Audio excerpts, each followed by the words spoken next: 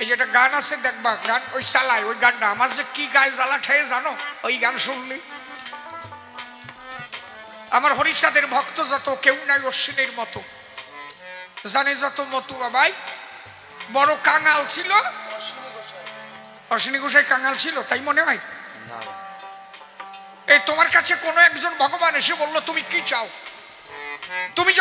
তুমি যদি তখন স্বর্গ চাইতে তোমাকে স্বর্গ দেওয়া হতো, তুমি যদি কয়েক কোটি টাকা চাইতে তোমার কোটি দেওয়া হতো, তাহলে যে সবকিছু ত্যাগ করতে পারে সে কাঙাল হয় না ধনী? তাই তো।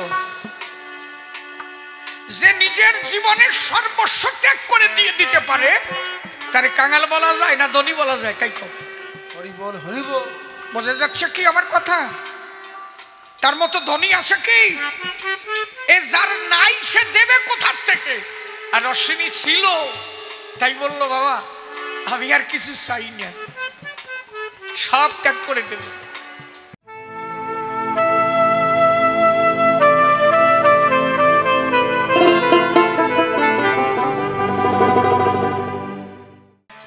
অশ্বিনী গোসাই বলছে আমার এ পাপ দেহ গুরুর পদে কেন করবো না? আমি জীবন ভরে পাপ করিয়া সেই পাপের দ্বারা রোগ বাঁধাইছি, তাহলে সেই রোগ আমি শ্রীহরিকে দিতে যাব কেন? এই জন্য ভক্ত যদি হয় সে কোনো কিছু অর্পণ করে না শ্রীহরির পায়। শ্রীহরিকে কোনটুক দেয়? ভালো যতটুক তাই বলছে আমি দিতে পারি তোমায় কি? প্রেম ভক্তি ধর্ম পুণ্য রেখেছি নাথ তোমার জন্য, আমি তোমাকে দিতে পারি প্রেম আর ভক্তি, এছাড়া আর কিছু তোমাকে দেব না। এই জন্য অশ্বিনী গোসাই গান লিখলেন আমি এর যজ্ঞে কোনো পুণ্য চাই না, আমি করিব পুণ্য ক্ষয় যজ্ঞ, ধর্মকে করলাম উৎসর্গ, আমার পঞ্চবিধা ভক্তি মুক্তি দিবতায় অর্ঘ।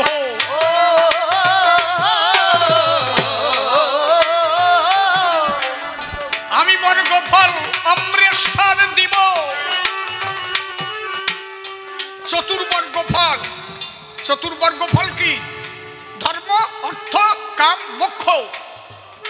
বলছে যে চারটে বর্গ, ধর্ম অর্থ কাম মোক্ষ, বললেন এই যজ্ঞে আমি বর্গ ফল অমৃতসর দিব,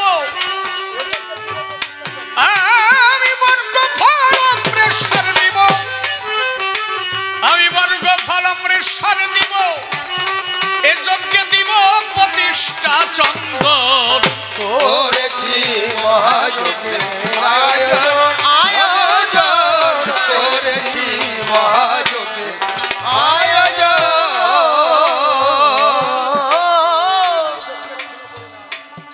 এই যজ্ঞে দেব প্রতিষ্ঠা চন্দন। প্রতিষ্ঠা মানে এই যে শিশির প্রতিষ্ঠিত একজন গায়ক, শিশির কবিয়াল, এই অহংকার আমার মধ্যে যত সময় আছে তত সময় আমার মধ্যে প্রেমের সঞ্চার হবে না।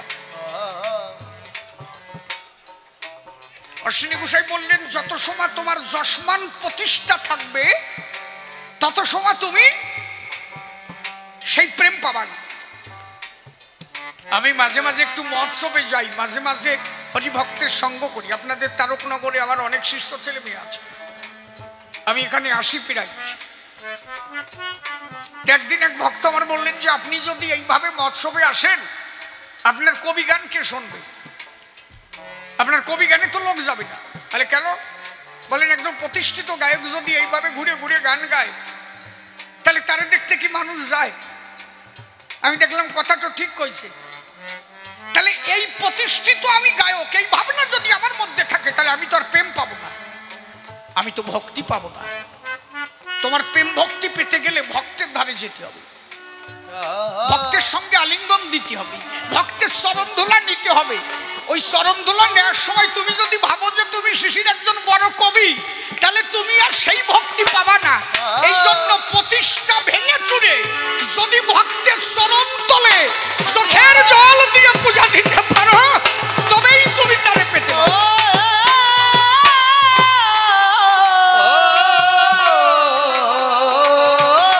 এই যজ্ঞে দিব আমার বর্গ ফল অমৃতসর দিব,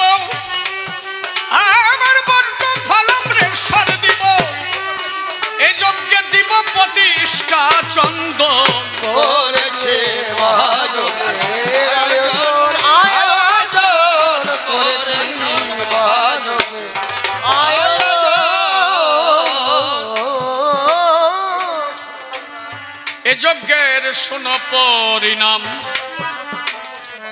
সর্বস্ব ত্যাগ সর্বস্ব বাম, নাহি স্বর্গ নাহি মত্ত, ফলে যাতে নিষ্ফল কাম।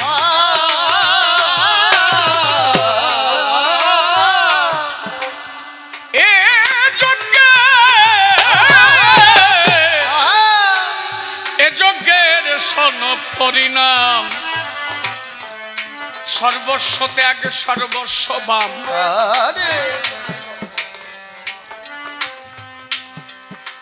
এই যজ্ঞ করলে কি হবে? এই যজ্ঞের পরিণাম কি?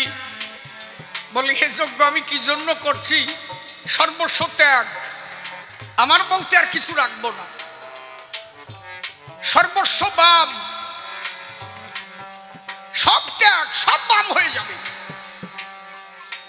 মানে আমি যে কিছু ভোগ দখল করে থাকবো, আমি যে তোমার কাছে কিছু চাইবো, চাওয়া চাইর মধ্যে আর নাই।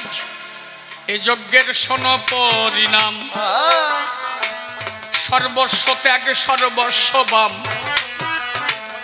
নাহি স্বর্গ নাহি মত্ত, ফলে নিষ্ফল কাম।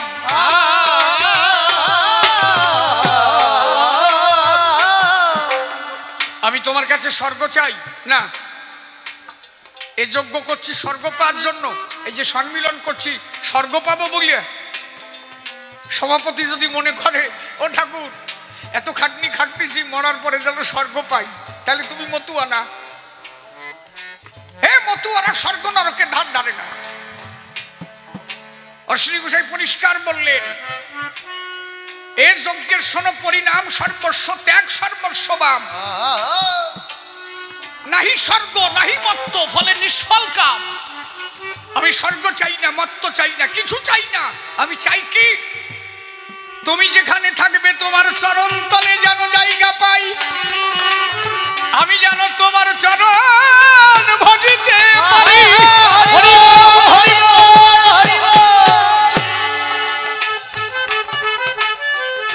আমি যেন ওই চরণের দাস থাকিতে পারি।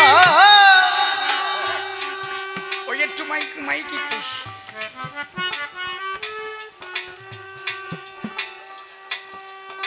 তাহলে মতুয়া যারা স্বর্গের ধার ধারে না, তারা তারা না স্বর্গ চায় না নরক চায়।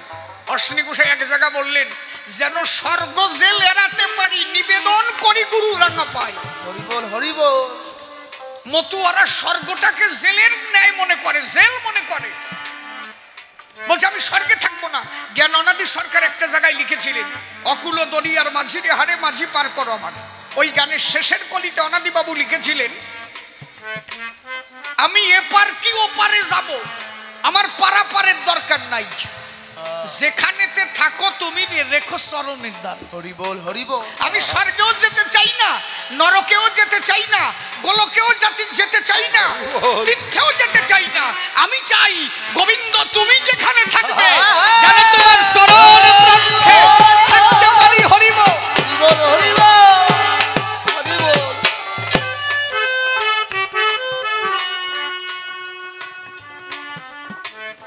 এই গান হচ্ছে একদম শেষ পর্যায়ের গান, এ কঠিন গান। অশ্বিনী ঘোষার যত গান তার মধ্যে এই গানটা হচ্ছে সর্বশ্রেষ্ঠ প্রধান। এই জন্য শেষের দিকে এই গানটা লিখেছিলেন, করেছি মহাযজ্ঞের আয়োজন। তারপরে লিখলেন, আমার লক্ষ্মী ভাগ্য যজ্ঞে দিব, আমার লক্ষ্মী ভাগ্য যজ্ঞে দিব। আমি এই যে গান গাচ্ছি না, একটু আলোচনা ভালো করার চেষ্টা করতেছি, যাতে সামনে আর দুই পালা গান হয়, খরচ করছে কয়টা নোট আসে, বুঝেছ? যাতে কালকে মাছ দিয়ে গাইছি, আজকে তারকনগর গেলাম, কালকে যদি আবার তারকনগর পশ্চিম পাড়া আর দুই পালা হয়, এরপরে বগুলা ধরবো নাকি, মালকড়ি যাতে আসে, তাই তো? আর অশ্বিনী গোসাই কি করলো? অশ্বিনী গোসাই বললো, আমি এই যজ্ঞ করছি, আমার লক্ষ্মী ভাগ্য যজ্ঞে দেব। আজকের থেকে আমার আর ধন ঐশ্বর্য যেন আর কিছু না থাকে। এত সোজা মতো হওয়া। হ্যাঁ, বললাম না এই গানটা আমার গাইতে বলছে কি, একদম অশ্বিনী ঘোষাল হরিসঙ্গীতের সব থেকে শ্রেষ্ঠ গান, মানে একদম শেষের গান, যে স্তরে গেলে মানুষের চাওয়া পাওয়ার সমাপ্তি ঘটে। হরি বল হরি বল। বলছে আমার লক্ষ্মী ভাগ্য যজ্ঞে দেব। ও ঠাকুর, আমার 5 বিঘে জমিতে ধান ফুরিয়ে গেছে, কোন শালা তোরে ডায়ে, তাই যদি থাকতো তাহলে অশ্বিনী ঘোষাইকে এই গান লিখতো। গোপাল সাধু নিয়ে গেল, বাবা কি দাদারে কিছু দাও, বলে তা সাথী কতদিন কইছি চা, কি চাইস? গোপাল যে বলছে অশ্বিনী দা, অশ্বিনী দা কি বলছে, বাবা আজকে না তোমারে দেবে কইছে, চাও কিছু চাও, বাবা কইছে। বলছে তাই তোমারে নিয়ে চল। গেছে, গুরুচান ঠাকুর বলছে অশ্বিনী চাও। বলছে বাবা কি বলেছে দাদারা? বলছে গোপালের মনের ব্যথা, তোমার বাড়ির দল নিয়ে যায়, তুমি নাকি ধামা নিয়ে যাও, তোমার দাদারা কত কষ্ট পায় বোঝো। বলে তা কি করবো? বলে ওরা তোমার কিছু চাইতে কইছে, গোপাল যখন দল নিয়ে যাবে একটা ট্রেনার কিছু আছে, আর এ তুই টোয়া দিয়ে দেখ দেখি বাজে কিনা, কি আসছে তাহলে বাজতেছে না, টোয়া না দিয়ে শুয়ে পড়, ভঙ্গিটাও নিয়ে শুয়ে পড়, তাও মানুষ ভাববে না যে ঘুমাচ্ছে নাকি, ছাতা বোঝে না কিছু। আমার যে কিবোর্ড বাজায়, কিবোর্ডটা কালকে আসনে বসেই পুড়ে গেছে, সেই কিবোর্ড পাল্টাতে আমি পাঠিয়েছি কলকাতায়। এর মূল কথা তো কওয়ার কায়দা নাই, যত ভাবি যে সাই দিয়ে ঘু ডাকবো, ঘু আরো উগলিয়ে থাকছে বুঝলা, ছাতা মানে বোঝেই না, চারিদিক দিয়ে একটু জায়গায় রাখা মানে বোঝে। আমার গল্প মনে পড়ে গেছে, গান শুনতেছি, গান পরে গায়ে দাঁড়া। এই যে আলোচনা করতেছি বোঝা যাচ্ছে কি খুব উচ্চ স্তরের আলোচনা। বাবা মতুয়া কি, এক জামাই শ্বশুর বাড়ি গেছে, দাঁড়া গল্প মনে পড়ে গেছে, ওই সাইড দিয়ে ঘুরা, তা শ্বশুর বাড়ি যাচ্ছে বটগা, মানে জ্যৈষ্ঠী মাসের দিন তো ফাঁকা মাঠের মধ্যে দিয়ে যাচ্ছে। শ্বশুর বাড়ির জামাই গেলে কি খাওয়া খায়, খেসারির ডাল, মুগির ডাল, কলার ডাল, তারপরে খেসারি ডালি কথা কইছি, তোর এত সেগা নোটে কেন, সাতা বোর ডাই, ভাসি ডাই, এ আর কিছুর ডাল তাই কোয়া, মানে ডাই যত প্রকার আছে তাই খাইছে, তাই একবারে কলিয়ায় ঝামেলা মিটে যায়। তারপরে মুরগির মাংস, খাসির মাংস বরফ খাইছে, একে মতো শ্বশুর বাড়ি গেছে, খাবে না কেন, সাতা সবটা খাইছে। ভালো ভালো। ওই গরমের মধ্যে জ্যৈষ্ঠী মাসে কি গরম পড়ে বোঝো না, তারপরে দুধ দেশে, দই দেশে, সবটা খাইয়ে পেটের মধ্যে একটা ভাব হইছে। বাহ ভালো। ওই ফাঁকা মাঠ দিয়ে যাচ্ছে, বট গাছ পাইছে, ভাবছে একটু বসিয়ে যাচ্ছে, ও যে পাইছে আরাম, আরামে বাদিছে ব্যারাম। ওই ব্যারামে দেখেছে পেটে এমন ভাবে একটা ঢেউ আইছে, আফ্রিকার ঢেউ। ও মনে মনে ভাবলো তাই এই জায়গা শোয়া আছে, অন্তত এই জায়গা একটু ঝাড়িয়ে যাচ্ছে, ওইখানেই ও নেদাইছে। তারপরে 3-4-5 কেজি, একবারে 3-4-5 কলাম, অতটুক তার মাপিয়ে দেখি নাই। আচ্ছা, ও নেদাইয়ে চলে গেছে। ওই দিনে ওর পরের গ্রামে হাট বইছে, যারা চাল ব্যাপারী, চালের ব্যবসা করে, ওরা সাইকেলের চাল নিয়ে ওই রাস্তা দিয়ে যাচ্ছে। ওরা সবাই করে কি, ফাঁকা মাঠে বটতলা, ওই জায়গা যাই ওরা একটু রেস্ট নেয়। চাল ব্যাপারীর সাইকেলের চাল আছে বস্তা ভরা, ওই বটতলা যাইয়ে চাইয়ে দেখে যে কেটা যেন মারিয়ে তুইছে। ও দেখেছে শালা মারার জায়গা পাস নাই, প্রতি হাট বাড়ি এসে এই জায়গা একটু রেস্ট নিয়ে আমরা যাই, আর তুই এমন জায়গা মারিছিস, এখন কি করা যায়? ও দেখেছে যাতে গুড়গন্ধটা ঢাকে, ওই চালির বস্তাতে 1 গাড়ু চাল আইনিয়ে ওই গুড়টারে চাপা দিছে, যাতে গন্ধটাও ডাকে, গুড়টাও ডায়। ভালো। ওই সেদ্ধ চাল উপরের দেশে, ও তো চাল দিয়ে চলে গেছে, আর ওই পায়খানার রসটা নিয়ে টানি ওইটা আতপ সালের মতো হয়েছে। বাহ বাহ বাহ বাহ, ভালো। একজন কলা ব্যাপারী আসতেছে, ও লাইন ধরে। উনিও কলা ওই সাইকেলে থুইয়ে বট গাছ তলায় ভাবে একটু বটবৃক্ষের ছায়া একটু নিয়েই যাই। বাহ, যাই দেখে যে কেডা জানো ভোগ সাজাইছে। দেখ এই বুড়ি কি আসি দেখ দেখ চাইয়ে দেখ। ও মনে মনে ভাবি তাই এই জন্য ঠাকুরই এখন আর ডাক শোনে না রে। সাতা আগের মানুষের ডাকা মাত্র আসতো, ভোগের উপরে কলা দিত। আর আমিও এই জন্য বাজারে যাই কলা বাড়ি নিয়ে চলে যাচ্ছি, কলা বিক্রি হয় না। শালারা ভোগে এখন আর কলা দেয় না।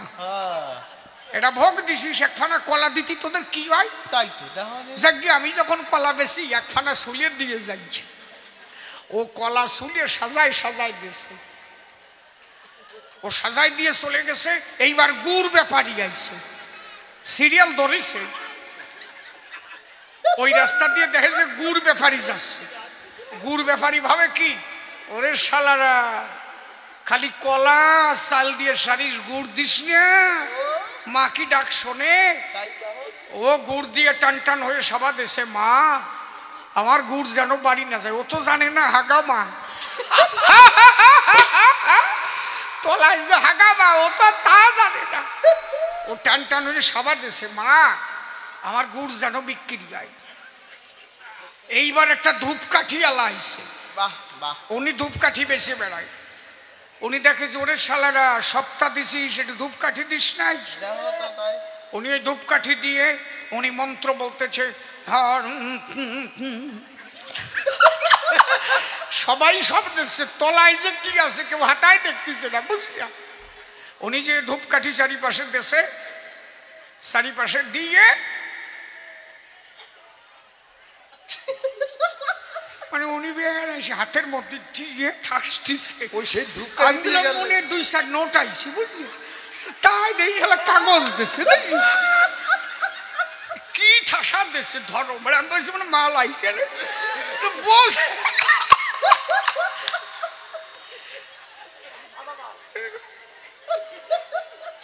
দেখবি ওতে কি লাগছে, দেখ চিঠি মনে হয় ভালো বড় চিঠি আইছে। হ্যাঁ ঠিক আছে, ওটা পরে গাবানি। একটা মানি ব্যাগ হারিয়ে গেছে, আপনারা যদি কেউ পেয়ে থাকেন মানি ব্যাগটা দিয়ে দেবেন। কোনো সহৃদয়বান ব্যক্তি যদি হন, মানি ব্যাগ পেয়ে থাকলে মানি ব্যাগটা দিয়ে দেবেন। ধর্ম কাজে এসেও অধর্ম করবেন না। পাওয়া গেছে ওই জয় লোক দিয়ে দেশ, ওই যে চাই দেখেন, আর বাবা সাধু মানুষ। হ্যাঁ ওই মাল আমাকে বাড়ির পাশে ফুটের মা যদি ফাত, ওই কি আর দেত, ও যে কোন জায়গা ঢুকো তো কোন শালা বার করতে পারতো, হাসিয়া পরিষ্কার ছাতা।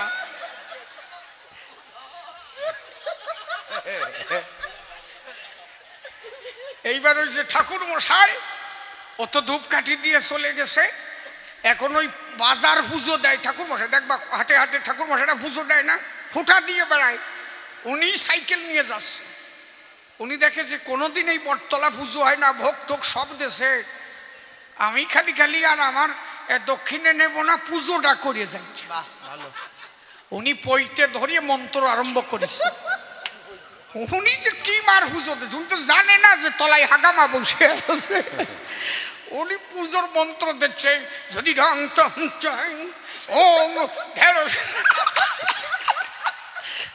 যা করার তা করছে। আমি তোর ভালো মন্ত্র বলতে পারি না, পারি এখন ওই হাঙ্গামার ধারেই বলা যায়, যা দেবী সর্বভূতে বলা যায়, তাই তা মোটামুটি পুজো দিয়ে দেখে যে ছেলে পেলে স্কুলিতে যাচ্ছে, কাজে তোরা প্রসাদ নিয়ে যা। এইবার প্রসাদ মাখাতি যে যেই তলেরতে মাল উঠইছে, গন্ধ বাড়াইছে, শালা বোয়া দজম বাড়াইছে।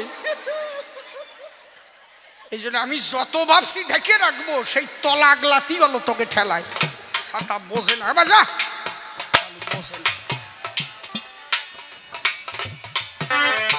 আমার বজ্র ফল প্রেশ্বর দিব, ওরে দিব প্রতিষ্ঠা চন্দ করেছি মহাযোগে আয়োজন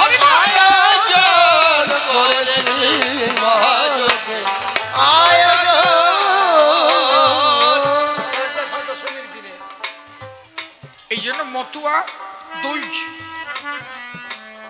একটা কাঁচা মতুয়া একটা পাকা মতুয়া। আস্তে দুই মতুয়া এক জায়গা করলে হবে না। অশ্বিনী গোসাই যে ভাবের মতুয়া, আমি তুমি কি তাই? তাই বললে হয়? আমার লক্ষ্মী ভাগ্য যজ্ঞ দেব, আমার লক্ষ্মী ভাগ্য, লক্ষ্মী ভাগ্য যজ্ঞ দেব। আমি বললাম না, গুরুচাঁদ ঠাকুর বললো অশ্বিনী চাও? বলে দাদারা কি বলেছে? বলছে তোমার গোপাল দাদা বলেছে কুমার দাদা যখন দল নিয়ে যায়, এই তুই তোর মতো বলছে, তোমার দাদা বললো যে আমি যখন দল নিয়ে যাই ভাই তখন ভিক্ষায় যায়, বাবা ওরে কিছু দেও, ওর যাতে আর ভিক্ষা করতে না হয়। বলে ও আমি ভিক্ষায় গেলে দাদাদের সমস্যা হয় তাই তো? হ্যাঁ। বলে তাহলে দাও, চাইতে বলেছে তো? বলে হ্যাঁ। বলে তাহলে দাও কি চা? বলে আমি ভিক্ষায় গেলে যদি ওদের দেখতে সমস্যা লাগে, এরপরে যে বাড়িতে ভিক্ষায় যাব কেউ যেন আর ভিক্ষাও না দেয়। এই যে লক্ষ্মী ভাগ্য যজ্ঞে দিল, যে কয়টা চাল পেতাম খাবার জন্য, এখন থেকে আমার জানো সেই চালও আর কেউ না দেয়। তাহলে মতুয়া দুই প্রকার হয় না? আমি তুমি আমরা যারা ঠাকুরের ডাকছি কিছু দাও, আর গোসাই বলছে কি আমার যেন আর কেউ চালও না দেয়। গুরুচাঁদ ঠাকুর গোপালের ডাক দিয়েছে, গোপাল তাড়াতাড়ি আয়, তাড়াতাড়ি আয়। কতবার কইছিলাম জোরে সাথী করিস না, এইবার কি করবি কর। বলে কেন কি চাইছে? বলছে শুনলি না কি করলো, এখন পরিষ্কার করলো যে আমার যেন আর ভিক কেউ না দেয়। দাদা তুমি এইরকম চালিয়ে কেন? এই যেটা গান আছে দেখবা, গান ওই চালায়, ওই গানটা আমার যে কি গায়ে জ্বালা ঠেয়ে জানো, ওই গান শুনলি। আমার হরিচাঁদের ভক্ত যত কেউ নাই অশ্বিনীর মতো, জানে যত মতু বাবাই বড় কাঙাল ছিল। অশ্বিনী গোসাই কাঙাল ছিল তাই মনে হয়? এই তোমার কাছে কোনো একজন ভগবান এসে বললো তুমি কি চাও, তুমি যদি তখন স্বর্গ চাইতে তোমাকে স্বর্গ দেওয়া হতো, তুমি যদি কয়েক কোটি টাকা চাইতে তোমার কোটি দেওয়া হতো, তাহলে যে সব কিছু ত্যাগ করতে পারে সে কাঙাল হয় না ধনী? তাই তো? তাই তো। যে নিজের জীবনের সর্বস্ব ত্যাগ করে দিয়ে দিতে পারে তারে কাঙাল বলা যায় না ধনী বলা যায়? তাই তো? হরি বল হরি বল। বোঝা যাচ্ছে কি আমার কথা? তার মতো ধনী আছে কি? এ যার নাই সে দেবে কোথার থেকে? আর অশ্বিনী ছিল তাই বললো বাবা আমি আর কিছু চাই না, সব ত্যাগ করে দেবে। তার কাঙাল বলা যায়? যদি তখন খালি গুরুচাঁদ ঠাকুরে বলতো যে আমি কয়েকশো কোটি টাকা চাই, এক আশীর্বাদে কয়েক কোটি টাকার মালিক অশ্বিনী গোসাই। গোপাল সাধু বললেন এইরকম চা চালি কেন? অশ্বিনী গোসাই বললেন কেন চাইলাম জানো? আমার একটা তাল পাতার ছাউনি ঘর, ঘুমিয়ে যখন গা কাঁপে থরথর ঘরের মধ্যে শুয়ে থাকিছি, কিন্তু জানো ওই তালপাতার ছাউনির মধ্যে দিয়ে যখন বৃষ্টি গায়ে পড়ে, ঝড় ছেড়ে দিলে খুঁটিগুলো যখন থরথর করে নড়ে, সালের পাতাটা যখন বারবার দ্রব দ্রব করে পড়ে, তখন বাবা গুরুচাঁদের কথা মনে পড়ে। বাবা তুমি বিনে জগতে আমার বান্ধব নাই।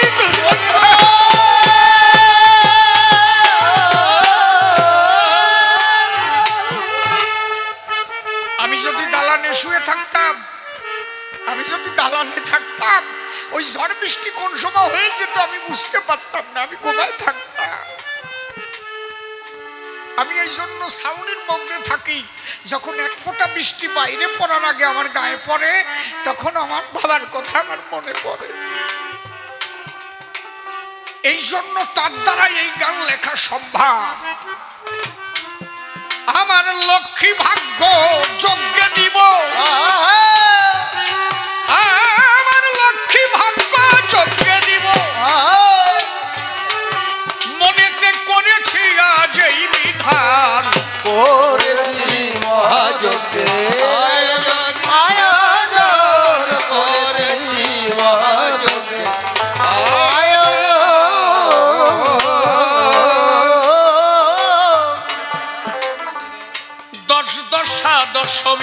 দশমীর দিনে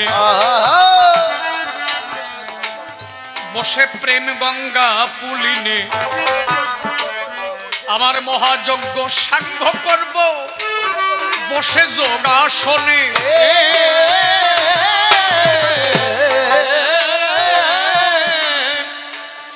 আমি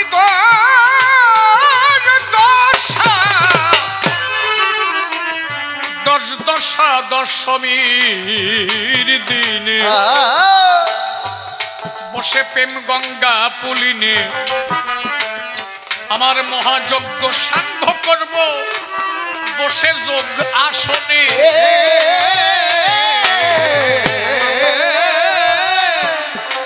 ও যেদিন ব্রহ্মরন্ধ্র ফেটে যাবে যেদিন ব্রহ্মরন্ধ্র ফেটে যাবে ওরে সেদিন হবে যজ্ঞ সমাপন করেছি মহাযজ্ঞের আয়োজন আয়োজন করেছি মহাযজ্ঞের আয়োজন।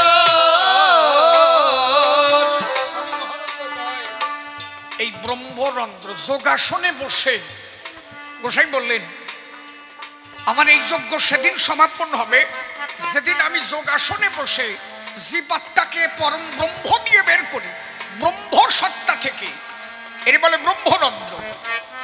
অনেকে দেখবেন মরণের সময় পায়খানা করে দেয়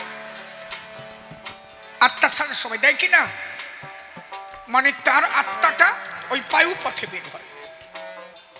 আবার অনেকে দেখবেন মুখ বাঁকিয়ে যায় হয়তো তার মুখমণ্ডল দিয়ে বা কোনো একটা অঙ্গ কোনো আর একটা ছিদ্র দিয়ে তার আত্মা বেরিয়ে যায়। আবার অনেকে দেখবেন হাতে নাম করতে করতে সে যে তার যে পাখি চলে গেছে বোঝাই যায় না ঘুমন্ত অবস্থায় শুয়ে আছে আনন্দের দেশে হয়তো তিনি ঈশ্বর চিন্তার মধ্যে দিয়ে ত্যাগ করেছেন। আবার কারো দেখবেন চোখ উল্টে যায় যাই তো ওনার হয়তো চোখ দিয়ে আত্মা গিয়েছে। উত্তম মরণ কি জানো সাধক কি করে প্রকৃত সাধক যদি তিনি যোগাসনে বসে আত্মাকে ছেড়ে দেয় ব্রহ্মরন্ধ্র ফেটে এইখান থেকে আত্মা বের হবে ব্রহ্মরন্ধ্র ফেটে জীবাত্মা পরমাত্মার সঙ্গে মধুর মিলন ঘটে তার কাছে যায় তার চরণে পৌঁছায়।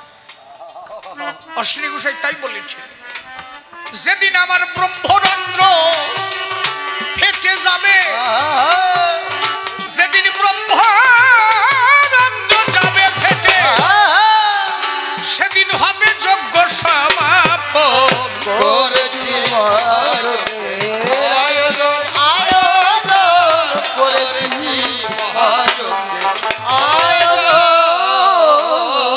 আয়োজন। এই মরণ কয়জনের হয় হাতে গোনা দুই একজন নাকি সবার হয় কি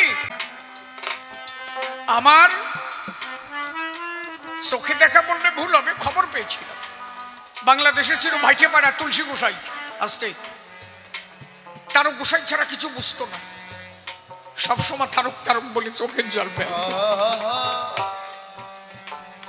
তুলসীটা উত্তরে গেল মহোৎসবে গেল বাড়ির থেকে বলে গেল এক টিকিটে যাচ্ছে আর হয়তো ফিরে হবে না। দিদিভাই বাড়ির যে দিদিভাই বুঝতে পারে না যাদের সঙ্গে সঙ্গ করতো তাদের বললো তোরা কেউ যাইস না আমি যাই কিন্তু দুই একজন নাসরবান্দা ছিল না যে পারলো না বললো আমরা যাবো বলে চল তাই কিন্তু আসার টিকিট আমার জন্য কাটিস না মানে ইশারায় বলতেছে কেউ বোঝেই নাই। আমি ওনার বাড়িতে ঘুরে আসছি ঘটনাটা শোনো কি মতুয়া তারক ছাড়া আর কিছু জানতো না মাতাম দিচ্ছে মাতাম দিল মাতাম শেষ হয়ে গেল মতুয়ারা মাতাম দিচ্ছে মাতাম শেষ হয়ে গেল ওই মাতামের মধ্যে ডাক্তাররে বলে আসলো ওই গ্রামের ডাক্তার শোনো আমি এই দেশ ছাড়ছি ওই দেশে যাচ্ছি আমার গায়ে যেন কোনোভাবে সুস্ফুটানো না হয় দেহ ছাড়বে তার আগে ভক্তদের বলল মাতাম চলছে তার মধ্যে কয়েকজন আপন ভক্তদের ডেকে বলল শোন আমি চলে যাব আমার পাখি উড়ে যাওয়ার পরে দেহখানা তোরা সবাই মিলে ধরে তারক তারক বলে সপে দিস। আমি যে তারকের লোক, আমি যেন আমার তারকের কাছে যেতে পারি। ওই যশনী গোসাই লিখছিল না, যার আমি ভাই তারে জানো পাই, এই দেখা তো শেষ দেখা ভাই। আমি যার আমি যেন তারে পাই। বললো আমার দেহখানা ধরে তারকের কাছে সপে দিস। সবাই আমার তারকের নামে একটু ধরে দিস। জয় জয় তারক গোসাই প্রেমানন্দে হরি হরি হরি।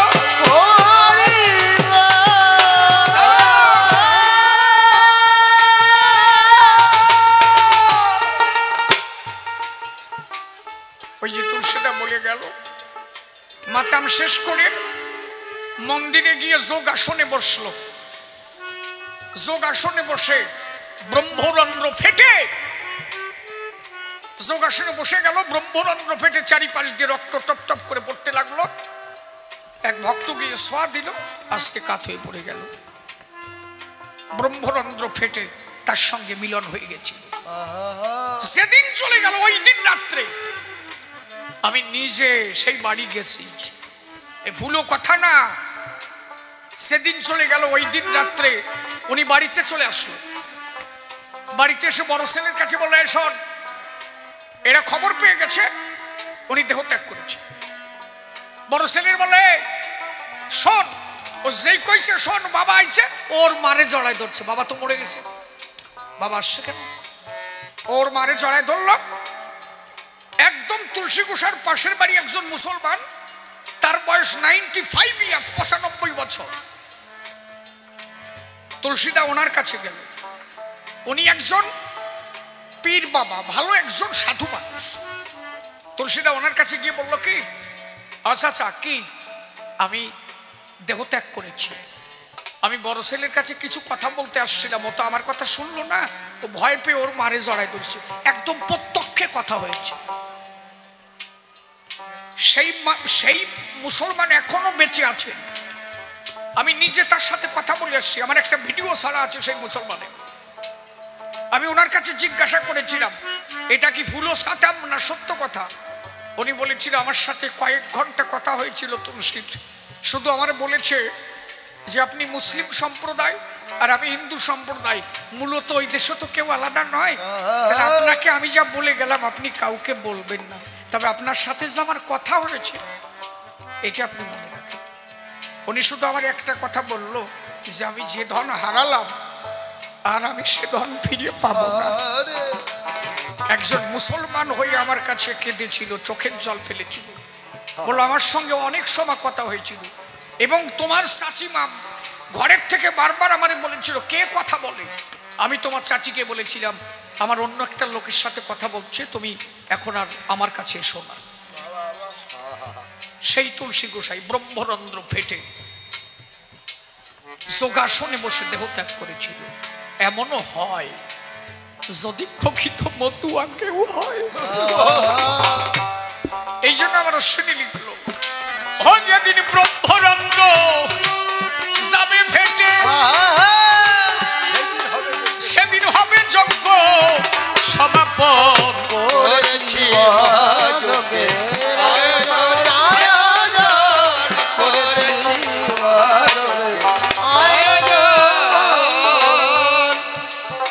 তুলসী গোসাই প্রথম যারে দীক্ষা দিয়েছিল তার একটা চার দোকান। তোমরা তো বোঝো না, এই জন্য শোনো, একটু না শুনলে বুঝবা না। আমরা তো এগুলো একটু রিসার্চ করি। আমি অন্তত চেষ্টা করি যে মতুয়ারা কোথায় কি। তার ওই ছেলে, ওই বড় ছেলেটা, মানে যারে প্রথম দীক্ষা দেয়, ওর হচ্ছে চার দোকান। তা ও তুলসীদা যেদিন চলে যায় ওর কাছে বলে গেছিল, যে তুই তো আমার প্রথম সাল, আমি তোরে বলে যাচ্ছি, আমি কিন্তু আর আসবো না। বলছিল, বাবা কোথায় যাবা? বলে, এই দেশ ত্যাগ করে ওই দেশে যাচ্ছে আসতে। তো ওই ছেলেটা বলছিল, বাবা আমি তো তোমার ভালোবাসি, আমি তো তোমার ছাড়া থাকতে পারবো না। বলো, প্রত্যেকদিন রাত্রে তোর কাছে আমি থাকবো, তবে কারো কাছে কোনোদিন প্রকাশ করিস। যেদিন থেকে চলে গেল প্রত্যেকদিন রাত্রে ওর কাছে শুয়ে থাকতো, প্রতিদিন রাতে। প্রত্যেকদিন তুলসীদা ওরে বলতো, বারণ করি কাউরে তোর কোনো ভাট কাছে আলোচনা করবি না, আমি যে তোর সাথে থাকি। একদিন একদিন কোনো এক গুরু ভাই চা খেতে এসে ওরে বললো কি, এই বাবা চলে গেছে, তো বাবা স্মৃতি করা যায় না? ও কয় যে তোরে বাবা গেছে, তোরে কেডা কইছে? কপাল খারাপ বলি যাওয়ায়, এই বাবা গেছে তোরে কেডা কইছে? প্রত্যেকদিন রাত্রে বাবা আমার কাছে থাকে, পরের দিন রাত্রে আর নাই। আমি কবি গানে গেলাম, আমার খবর পেলো, আমার কাছে আসলো, এসে বললো এর কোনো বিধান আছে কি? আমি তো একটা ভুল করেছি, যেদিন থেকে বলেছি আর বাবা আসে না। আমি বললাম যে ধন একবার হারায় যায় তা আর ফিরে পাওয়া যায় না। আজও গোলক আসে, আজও তারক আসে, আজও মহানন্দ আসে, আজও অশ্বিনী আসে।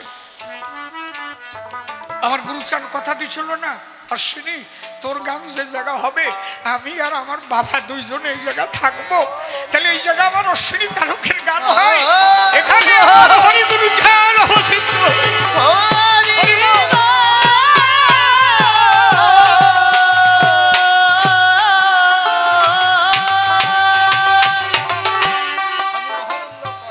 স্বামী মহানন্দ কয় এ দশা ঘটবে যে সময়, আমার হরিচাঁদের শীতল বাতাস লাগিবে তাহার গায়ে।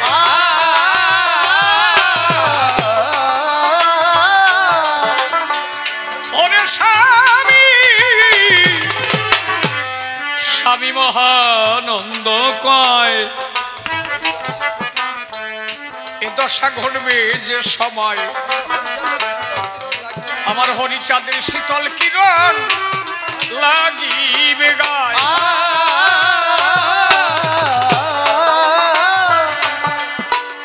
এবার অশ্বিনী তুই হানি রাশয়,